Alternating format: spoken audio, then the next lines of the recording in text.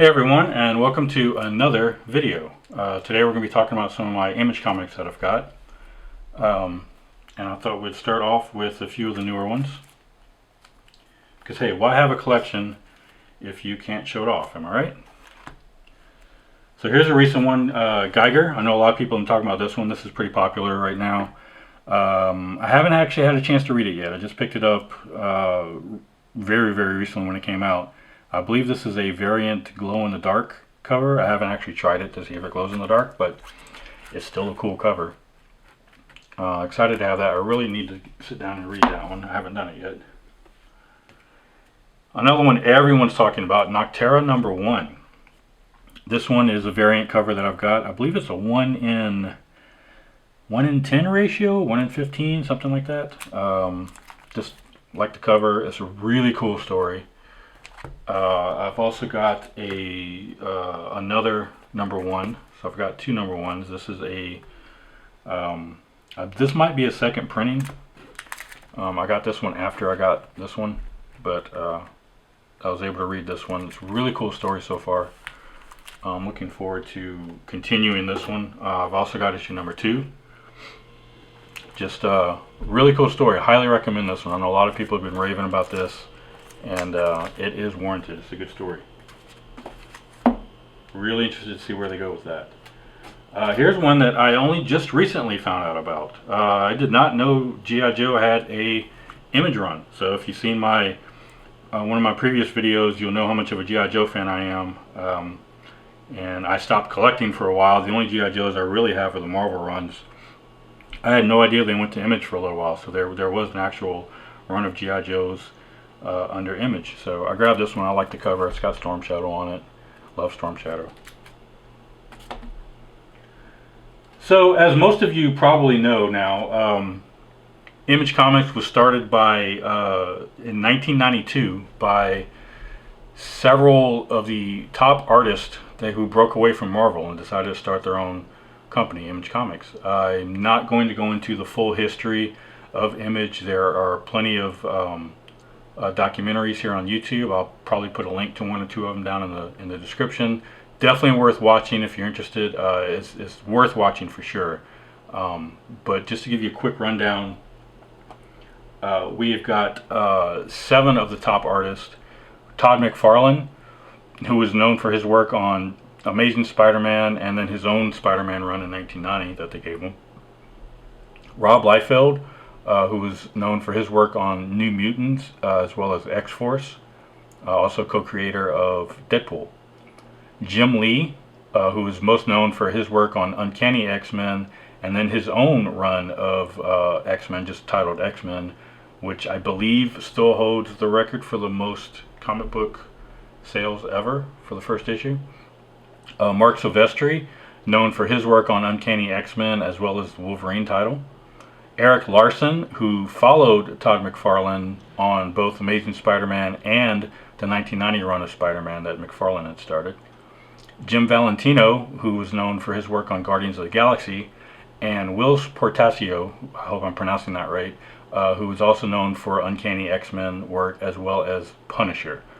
So those were the 7 guys that got together and started Image. And what you see here before you represent the start of Image. These are the #1 issues from all 7 of the original founders. So this is a bit of Image history here, coming up on their 30-year anniversary. Here you go. This is what started it all. You got Wildcats, which was Jim Lee. Spawn, of course, Todd McFarlane. Cyberforce over here, which was Mark Silvestri's title. Youngblood, which is Rob Liefeld. We've got Shadowhawk, not to be confused with Marvel's Darkhawk, by Jim Valentino. Savage Dragon was Eric Larson. And then, of course, Will Portacio started up with Wetworks. Now, Wetworks didn't come out until, I think, the following year. It was delayed a little bit. He had some personal issues he had to deal with. So his was a little bit delayed. But these 6 do represent the original run of the first Image titles that Image did. And then of course Wetworks being Willis's contribution as a founding member as well. So, kind of a neat bit of history here. I do have a fairly healthy collection of Image number ones I'd like to go through real quick. Again, sort of celebrating the 30-year anniversary coming up. So I've actually got two. I actually got two of these, two Wildcats. I don't often double bag things. Very rarely do I double bag them, but this time I did for this one. But I've got two of these when that came out. I'm going to get to this one in just a minute. Shadowhawk number one. This is a really cool cover, of course. Now it's kind of that hard cardboard, so these do show spine ticks very, very easily. But this is the image, the number one. I've also got number two. And then shortly after, they did a Shadowhawk 2 title. And this is issue number one of that one. And I'm not sure if you can see, but right here, there's a spine tick that shows up really easily on this one. But kind of a cool cover because it's cut out. Right here, the black is cut out, and then that silver is actually on a page underneath it, so it shows through. Those are some early Shadowhawk titles. I have got so Savage Dragon by Eric Larson. This was issue number one of his. This was part of a 3-issue limited series that came out, I believe, in '92, and then in '93 he basically started up Savage Dragon again for the regular run and put out another number one. So this is number one from that particular run. And then I've also got issue number two from that run, which the only reason I got this was it's got the Teenage Mutant Ninja Turtles in it. So kind of a neat crossover. And I like how he's got all the turtles are wearing red, just like the original turtles from the original Eastman and Laird turtle run. They actually all wore red originally. They didn't do the different colors until later. This also has the first appearance of Supreme, which I'll show you in just a second. Supreme ended up being one of their other titles that they did that a lot. A lot of these had kind of a mini comic in the back. If you'd flip it over, there was like a mini comic in the back that would introduce new characters, and they did it quite a bit. That's what this one does with Supreme. I'll show you that in just a minute. Rob Liefeld's Youngblood, of course, issue number one I just showed you.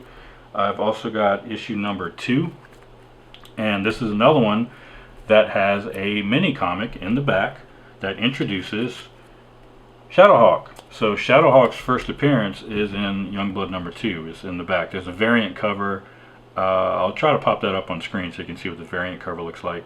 Well, it's not really a variant cover. It's actually the back of this. So if you flip this over, that's the back of the cover, and then you read along on the back is the mini comic which introduces Shadowhawk. So that's his first appearance.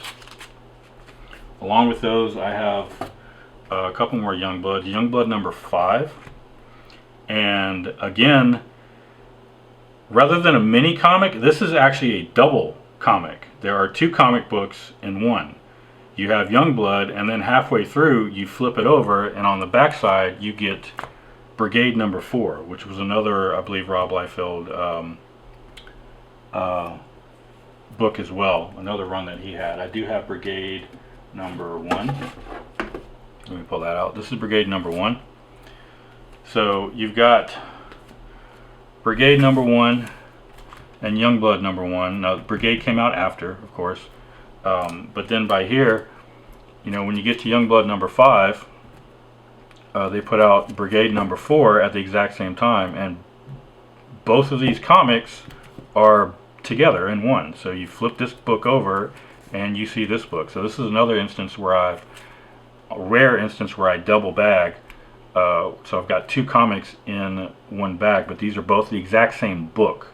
You can find this one. I actually found this one under the Youngblood section, and then I found this one under the Brigade section, but both of these books are identical. If you flip this one over, it will look just like this, and if you flip this one over, it will look just like that. So interesting marketing how they did that. But I've got that. I've also got Youngblood number 6, which features the crossover appearance of Angela, A lot of speculation about her right now. And speaking of Angela, I've got Youngblood number 10 featuring an appearance by Spawn. So they're kind of doing a shared universe where characters are crossing over a lot here on the early Image days. And the reason why I said, speaking of Angela, Angela's first appearance is in Spawn. I'll be showing you that in just a little bit. Those are my Youngbloods. So going back to the Savage Dragon number 2 has the first appearance. Savage Dragon number 2 has the first appearance of Supreme, and Supreme was going to be Image's version of Superman, basically. So this has got the silver foil cover. I believe there was a gold foil and then just a regular cover also. So 90s, man, they love the foil covers. I've got a few more number 1s here, a few later issues that Image did. Some of these were more successful than others, of course, but some other issues that Image put out early on. Pit, see if you can see this one. This is Pit number 1. Witchblade number 1. This was one of the more successful ones, of course. Witchblade number 1 would go on to have its own TV show, live action TV show. I've got the Max number 1. This was fairly popular for a little while, and I believe there was a cartoon. I'm not 100% sure about that. But I've actually got Max number 1. I've got Max number 2. And I've got Max number 3. So first 3 issues of that.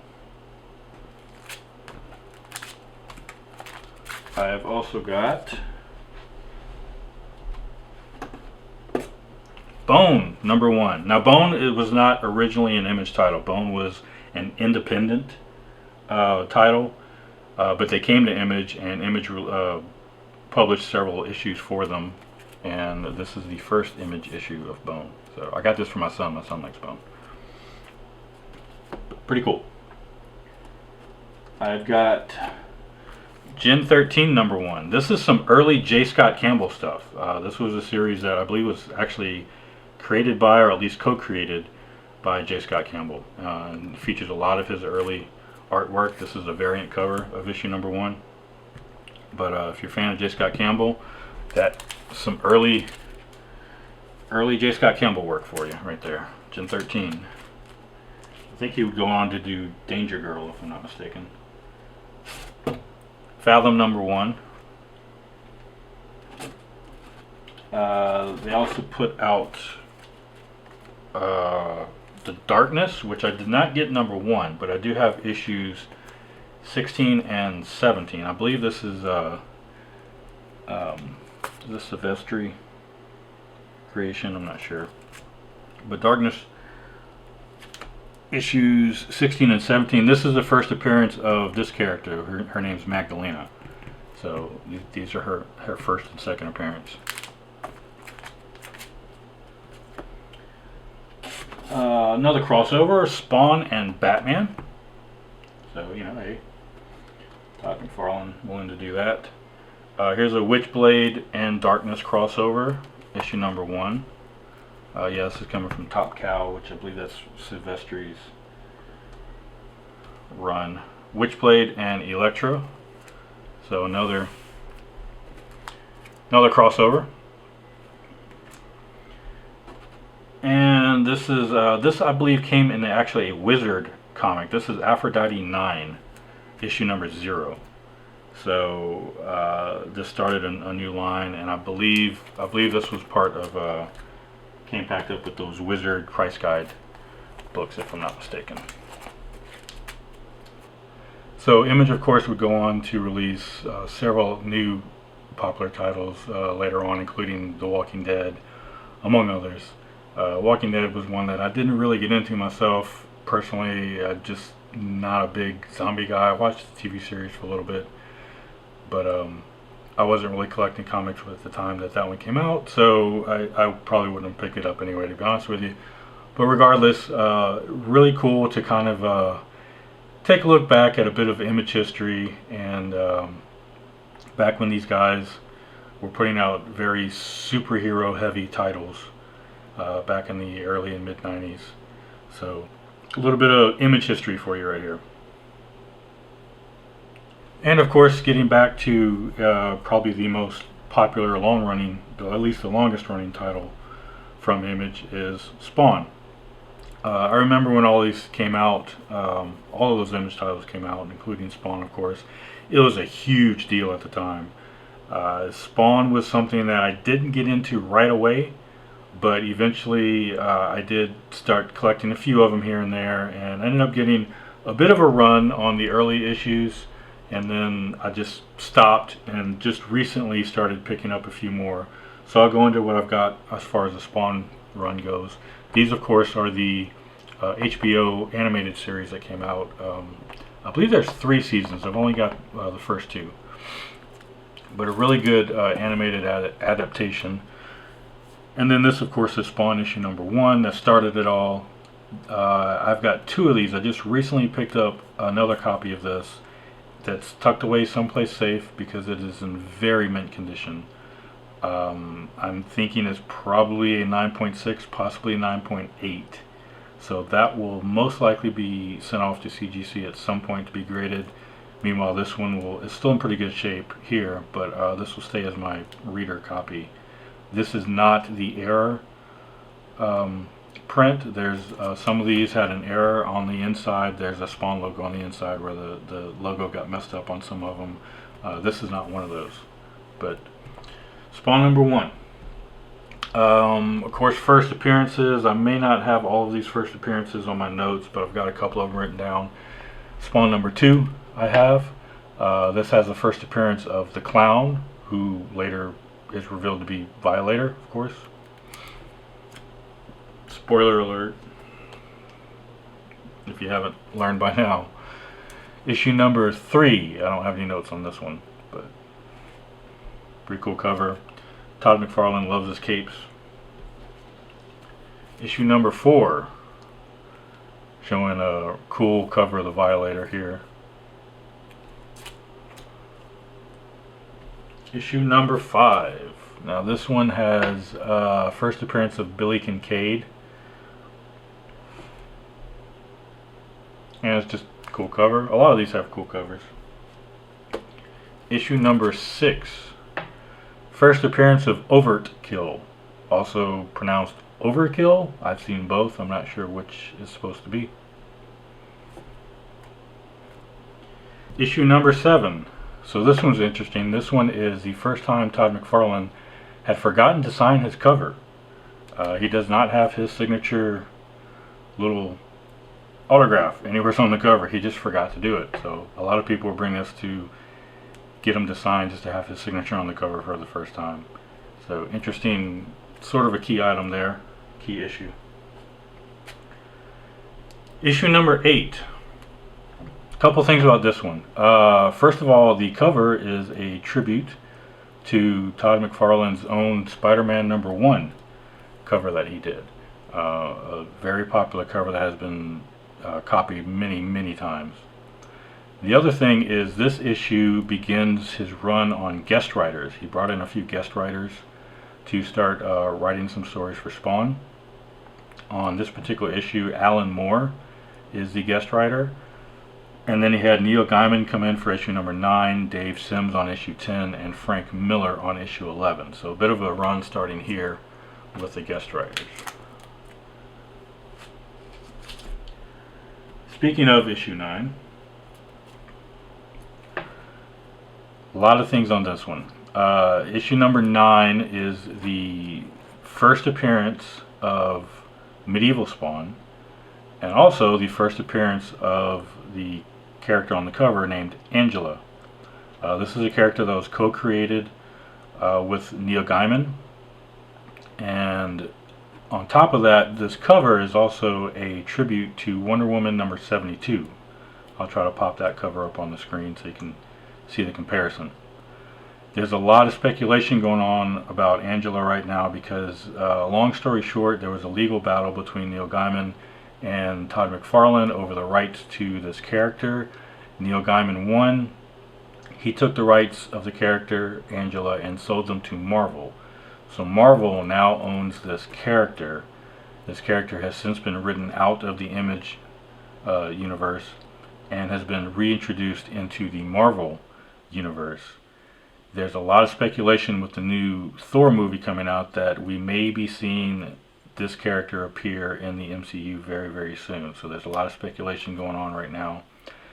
This also happens to be the very first Spawn comic that I ever bought. I saw this on the newsstand. I saw the Spawns when they came out. It was the talk of the town. Everybody was into them. It was one of those that I probably need to get one of these days, and just never did. I was busy picking up some of these other titles like Wildcats from Jim Lee and some of the other ones, Cyberforce. But I saw this one and I decided to get this one. So this was my very first Spawn comic that I ever bought, and then I went back and started buying some of the other issues after that. As you can see, this is a retail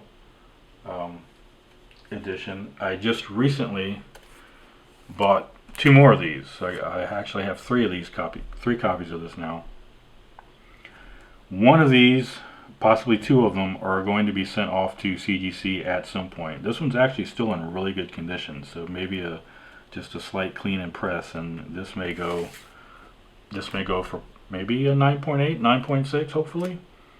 If not, I'll probably be sending one of the other ones and see what we can get, and keep one for myself as a reader for sure. But I went out and got 2 extra ones. Just these 2 just recently came in, so I'm happy to have those.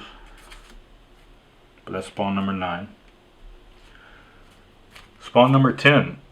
So this was features guest writer Dave Sims, and a guest appearance by this character whose name is Cerebus.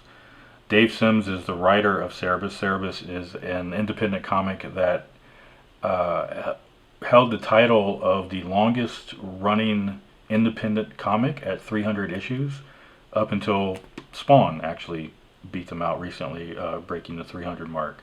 So that's this character, and he's a guest writer. It's kind of a satirical type of comic. The Cerebus comic is. It's not something I've really know too much about. I haven't read any of them. But this particular comic is probably most well known for this scene that I'm going to put up on screen right now, which is a pretty interesting scene. It's got, various superheroes locked in a cage that you can kind of make out and see who they are. So pretty interesting there. Spawn issue number 11. So this is the Frank Miller issue, co-writer. I don't have any other notes on this one. Get on here to Spawn number 12. This is the first appearance of Jason Wynn, who would later become the Redeemer, and also it shows Spawn's origin. So this is the last of the run that I have on Spawn, leading up to the early runs. At this point I pretty much stopped collecting. I did get this one recently. This is issue 31. I went back and got this from my local comic book shop. This has the first appearance of the new Redeemer, and it's just a really cool cover. So I grabbed this one. After that, I just started getting back into some of the newer issues. I went back and grabbed Spawn number 300, the big 300 mark that he made. This is a Greg Capullo cover, I believe, and I think this has the first appearance of She-Spawn, or at least the new She-Spawn. I'm not quite up to date on all of my Spawn mythos, but it's a very thick issue. I'm not sure if you can see that in the video. It's a very, very thick issue, number 300. So pretty cool cover. I like it. And then since the 300, I've gone on to grab a few of the other recent ones. I don't have notes for these. All I know is this is issue 312. It's another tribute cover that Todd McFarlane did. He likes his tribute covers. Spawn number 315 with She-Spawn on the cover. And Spawn number 316. So that's all of my Spawn. And I believe that's all of my Image. So thanks for watching. I hope to get some more videos out again soon, and keep collecting. Stay safe. Collect what you love.